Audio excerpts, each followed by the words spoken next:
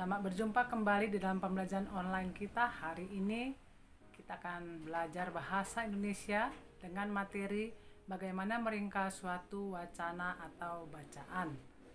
Apa itu ringkasan? Ringkasan adalah bentuk singkat dari sebuah bacaan. Walaupun singkat, ringkasan tetap mengandung informasi yang sama dengan bentuk aslinya. Langkah-langkah untuk meringkas suatu wacana atau bacaan. Yang pertama, bacalah bacaan atau wacana hingga selesai dan pahamilah isinya. Yang kedua, catatlah informasi-informasi penting yang terdapat di dalam bacaan. Nah, informasi-informasi penting ini bisa kita temukan itu di dalam gagasan pokok tiap paragraf.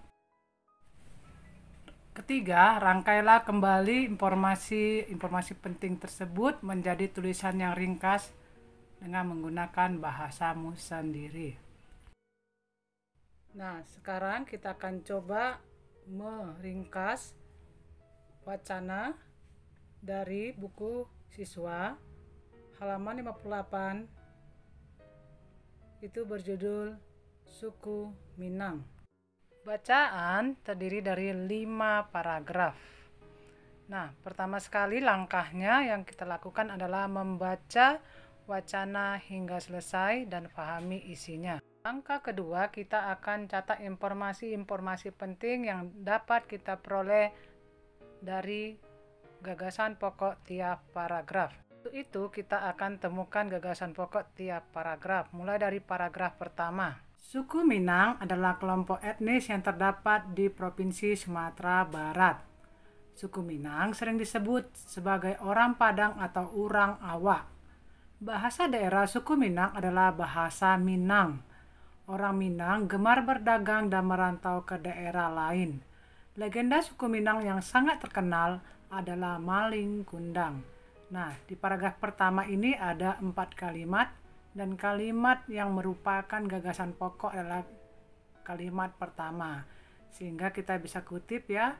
Untuk yang pertama, dari paragraf pertama itu, suku Minang adalah kelompok etnis yang terdapat di Provinsi Sumatera Barat. Suku Minang mempunyai rumah adat yang sangat khas yang disebut rumah gadang. Rumah gadang ini terbuat dari kayu dan mempunyai bentuk dasar seperti balok. Lengkung atap rumahnya sangat tajam seperti tanduk kerbau, sedangkan lengkung badan rumah landai seperti badan kapal. Atap rumah terbuat dari ijuk. Bentuk atap rumah yang melengkung dan runcing ke atas itu disebut gonjong.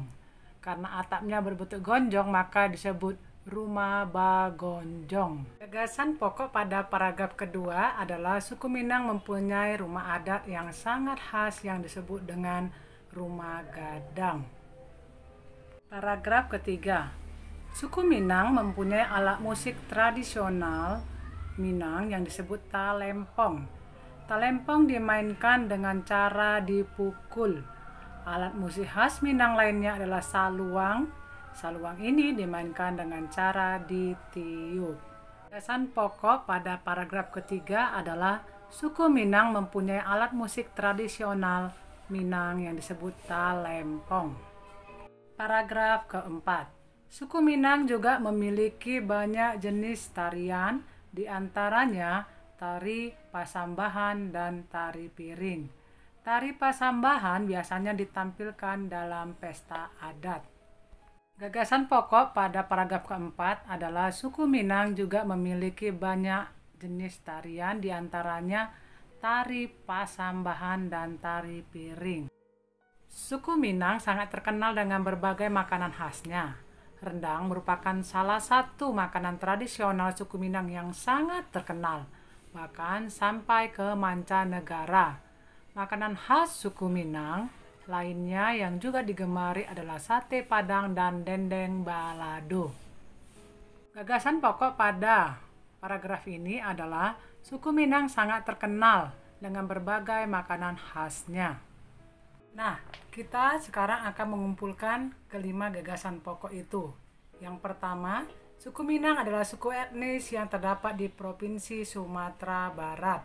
Yang kedua, suku Minang mempunyai rumah adat yang sangat khas yang disebut rumah gadang. Yang ketiga, suku Minang mempunyai alat musik tradisional Minang yang disebut talempong.